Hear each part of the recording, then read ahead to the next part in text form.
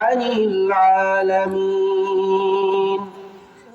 وقال رسول الله صلى الله عليه وسلم في حديث الشريف: أنا خاتم النبيين لا نبي بعدي. وقال الله تعالى: إن الله وملائكته يصلون على النبي يا أيها الذين آمنوا صلوا عليه وسلموا تسليما. صلى الله على محمد صلى الله عليه وسلم. صلى الله على محمد صلى الله عليه وسلم. يا نبي سلام عليك، يا رسول سلام عليك، يا حبيب سلام عليك، صلوات الله عليك.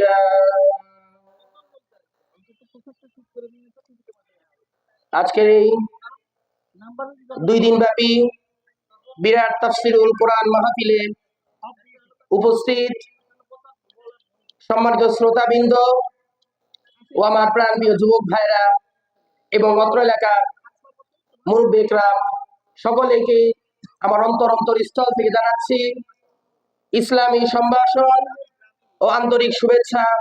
আসসালামু আলাইকুম ওয়া রাহমাতুল্লাহি ওয়া বারাকাতুহু।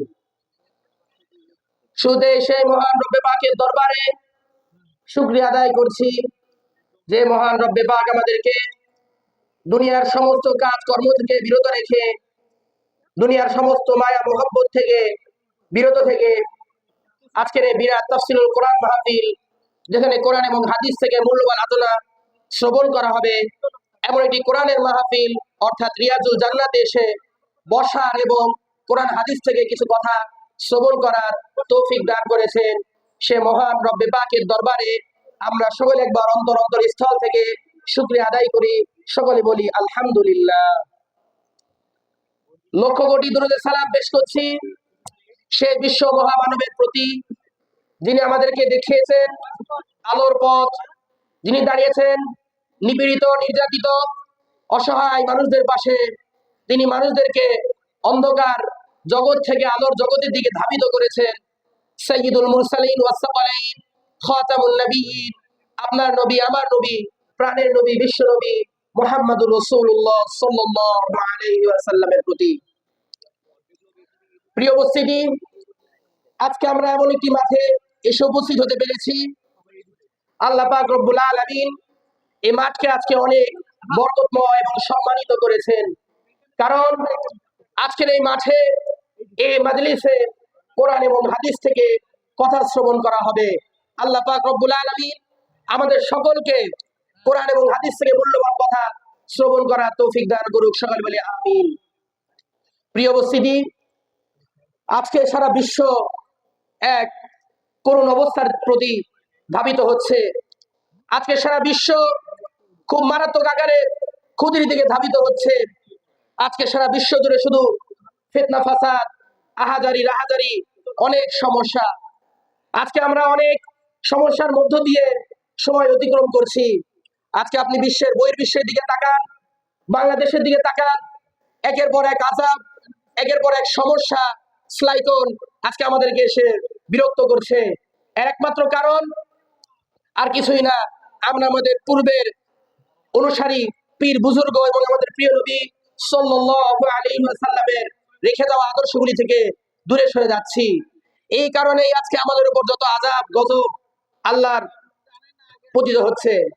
আল্লাহ পাক রব্বুল আলামিন কোরআনুল কারীমে স্পষ্টভাবে বলে দিয়েছেন, লাকাদ কানা লাকুম ফি রাসূলিল্লাহি নিশ্চয় রাসূল সাল্লাল্লাহু আলাইহি ওয়াসাল্লামের জীবন আদর্শের মধ্যে রয়েছে উসওয়াতুন হাসানা, অর্থাৎ উত্তম চরিত্র। আর তোমরা যদি সেই চরিত্রকে ধারণ করতে পারো, তোমরা যদি সেই চরিত্রকে নিজের মধ্যে বসায় রাখতে পারো, তাহলে অবশ্যই তোমরা ওয়া ইয়াতাওয়াল্লা ফা ইন্নাল্লাহা হুয়াল গনিয়ুল হামিদ, আল্লাহ পাক অবশ্যই অবশ্যই তোমাদের প্রতি রহম করবেন। সুবহানাল্লাহ। প্রিয় উপস্থিতি, আজকে আমরা সে আমাদের রসুলের রেখে যাওয়া আদর্শগুলো থেকে দূরে সরে যাচ্ছি। কোনটা রসুলের সুন্নাত, কোনটা রসুলের তরিকত, কোনটা রসুলের চলার পথ আমরা আজকে চিনতে পারছি না। এবং এই না চিনার কারণে, এই পথ থেকে দূরে সরে যাওয়ার কারণে আজকে আমরা আল্লাহর গজবের আযাব দ্বারা পতিত হচ্ছি। প্রিয় উপস্থিতি, আপনি যদি সেই রাসূল সাল্লাল্লাহু আলাইহি সাল্লামের জামানার দিকে লক্ষ্য করেন, অথবা হযরত আলী এবং তাবেঈন, তাবেঈন, আপনি যদি বড় আল্লাহর ওলিদের জামানার দিকে লক্ষ্য করেন, তাদের জামানায় এত আযাব, এত গজব আসতো না।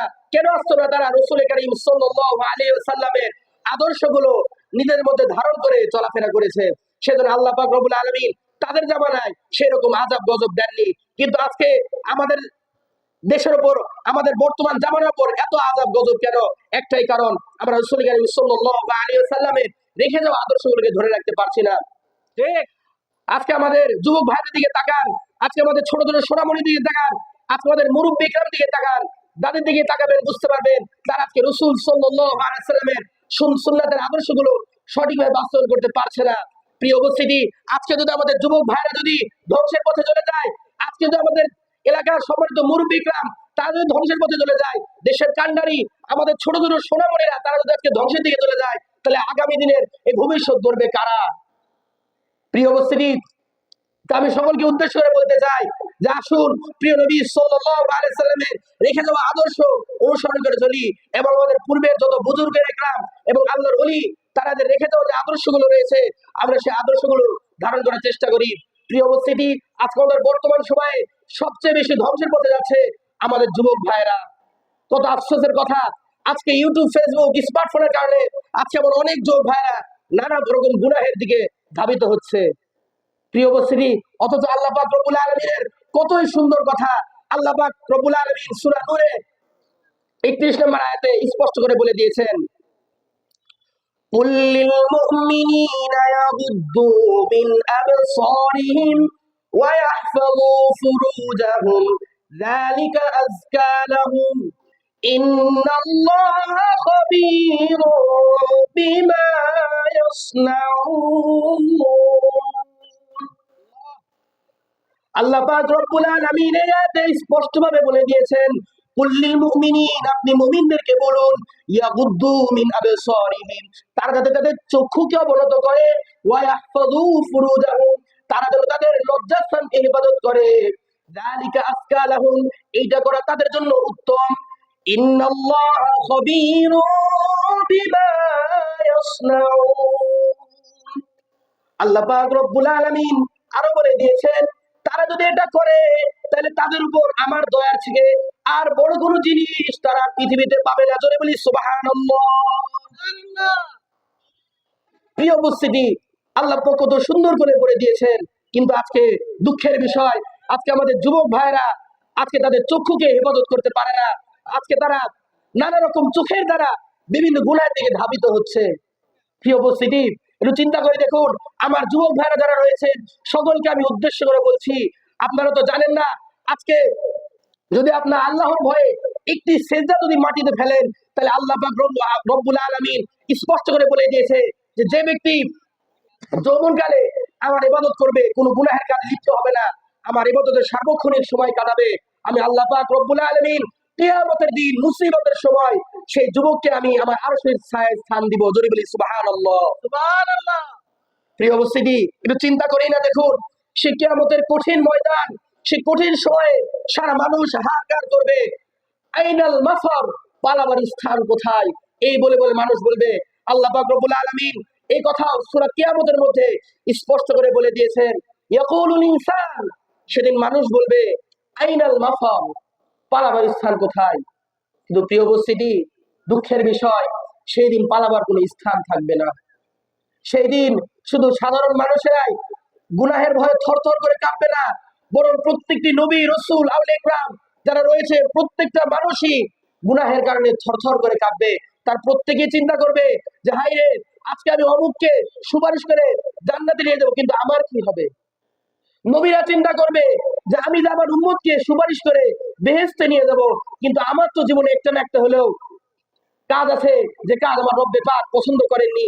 সে কাজের কারণে আল্লাহ পাক রব্বুল আলামিন না জানি আমার কি অবস্থান করে। প্রিয় বস্তিরি, এই নবী, প্রত্যেক নবী রসুলগণ সেদিন নিজেদের ছোট্ট ছোট্ট ভুলের কারণে তারা থরথর করে কাঁপবে। প্রিয় বস্তিরি, চিন্তা করে দেখুন, অথচ নবীগণ কিন্তু মাসুম ছিলেন। প্রিয় বস্তিরি, তাহলে নবীদের অবস্থা যদি এরকম হয়, তাহলে আমরা কত গুনাহগার বান্দা, আমরা তো সাধারণ মানুষ, আমাদের কি অবস্থা হবে একটু চিন্তা করা দরকার। প্রিয় উপস্থিতি, একটু ক্যালকুলেশন করে দরকার, আপনি একটু ইমাজিনেশন করে দরকার যে আমার সেদিন অবস্থাটা কি এরকম হবে। একমাত্র শুধু আপনার নবী, আমার নবী, প্রাণের নবী, সকলে বলি সাল্লাল্লাহু আলাইহি ওয়াসাল্লাম, তিনি একমাত্র আল্লাহ তাআলার দরবারে সুপারিশ করতে পারবেন। আল্লাহ পাক তাকে বলবেন, ইয়া নবী ইরফা রাসাক, আপনি আপনার মাথা উত্তোলন করুন। ওয়াকুল তুসমা, আপনি শাফাত করুন, আপনার শাফাত শোনা হবে। ওয়াশফা তুশাফা, আপনি শাফাত করুন, আপনার শাফাত শোনা হবে।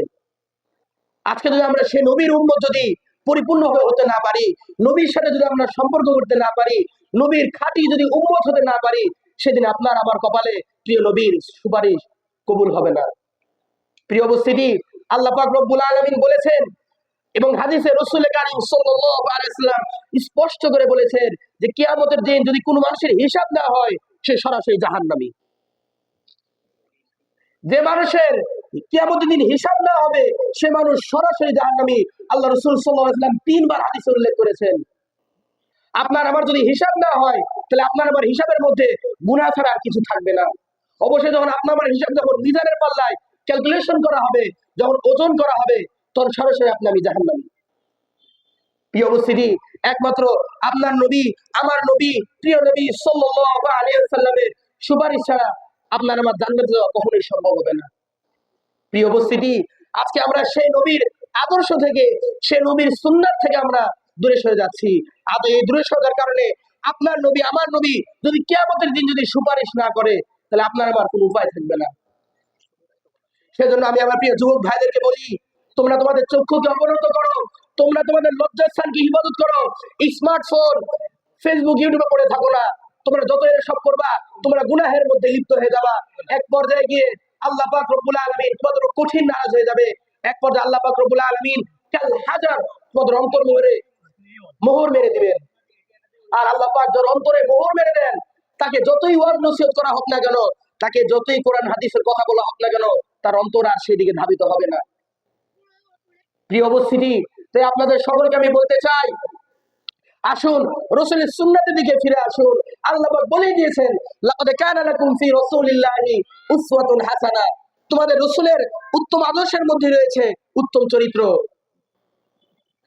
প্রিয় উপস্থিতি, শুধু তাই নয়, সাহাবে কেরাম, উম্মুল মুমিনিন হযরত মা আয়েশা রাদিয়াল্লাহু তাআলা আনহা, ওনার কাছে এসে জিজ্ঞাসা করলেন, হে উম্মুল মুমিনিন আয়েশা রাদিয়াল্লাহু তাআলা আনহা, আপনি তো আমাদেরকে প্রিয় নবী সাল্লাল্লাহু আলাইহি ওয়াসাল্লামের চরিত্র সম্পর্কে কিছু বলুন। তখন উম্মুল মুমিনিন মা জননী হযরত আয়েশা রাদিয়াল্লাহু তাআলা আনহা, তিনি বললেন, আলাস্তু তাকরাউনাল কুরআন, হে সাহাবীরা, তোমরা কি কোরআন পাঠ করো না? সাহাবীরা বললেন, নাম নাম, হ্যাঁ হ্যাঁ, নাকরাউনাল কুরআন, আমরা কোরআন শরীফ পাঠ করি। তখন উম্মুল মুমিনিন হযরত আয়েশা রাদিয়াল্লাহু তাআলা আনহা বললেন, কানা খুলুকুহু, অর্থাৎ সেই কোরআনই হলো প্রিয় নবী সাল্লাল্লাহু আলাইহি ওয়াসাল্লামের চরিত্র। প্রিয় উপস্থিতি, কতই উত্তম কথা। কোরআন, এই কোরআনই হলো রাসূল কারীম সাল্লাল্লাহু আলাইহি ওয়াসাল্লামের জীবনের আদর্শ, জীবনের চরিত্র। অথচ আজকে আমরা সে কোরআন পড়ি না, কোরআন বুঝি না, কোরআনকে আমরা স্পর্শ করেও দেখি না। আপনি বাসা থেকে আজকে আমরা কি করি? কোরআন শরীফ কিনে নিয়ে আসে, সেই কাপড় দিয়ে মুড়িয়ে বাসা তাকের উপর রেখে দিই।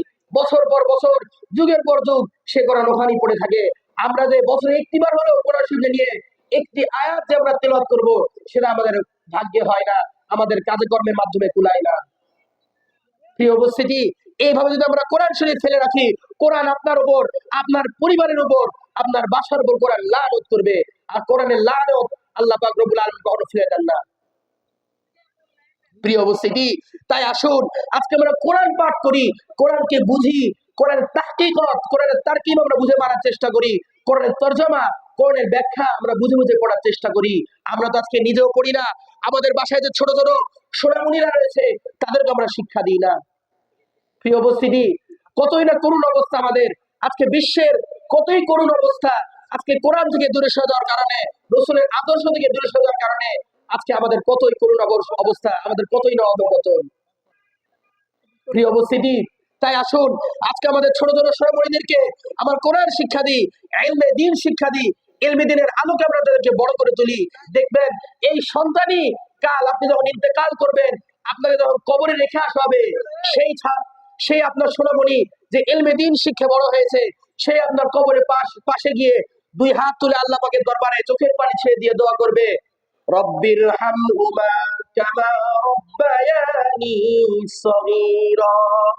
হে আল্লাহ, তুমি আমার মা বাবাকে সেইভাবে লালন পালন করো, তারা জীবিত অবস্থায় আমাকে যেভাবে লালন পালন করেছে, আজকে তারা কবরে চলে গিয়েছে, তুমি তাদেরকে আমার মতো করে লালন পালন করে রেখো।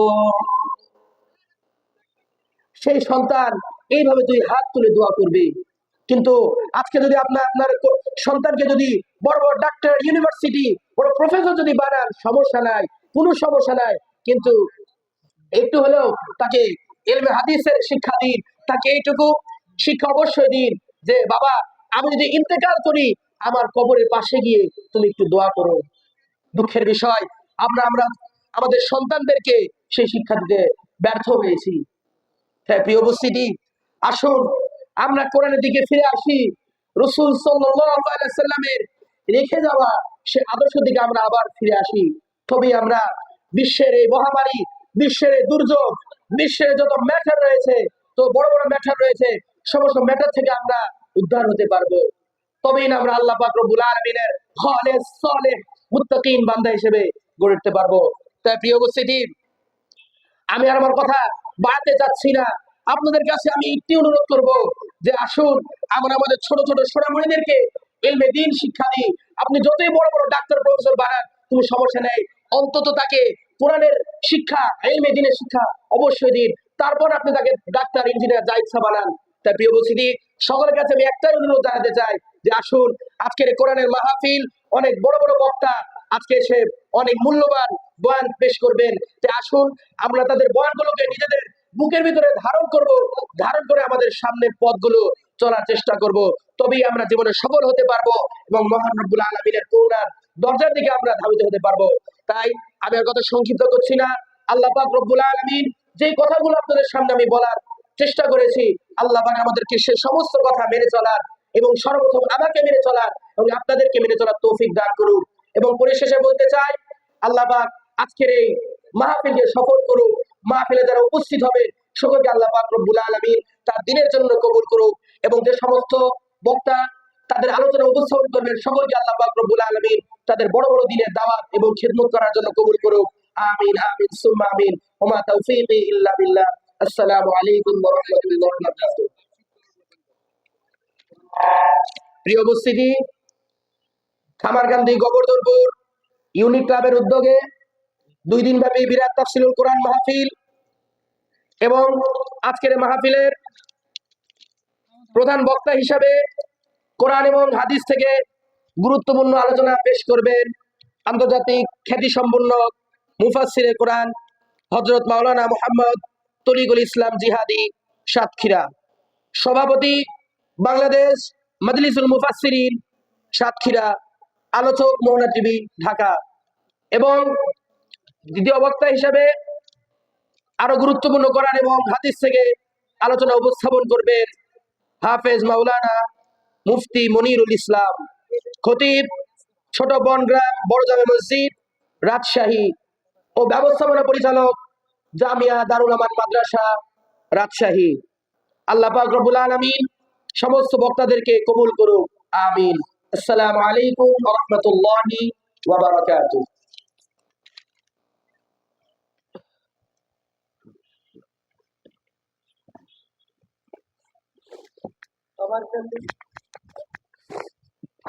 কামারকান্দি গোবর্ধনপুরে ইউনিট ক্লাবের উদ্যোগে বন্ধ করে দেব। 2 দিন ব্যাপী ওয়াজ মাহফিলের আজকের এই প্রথম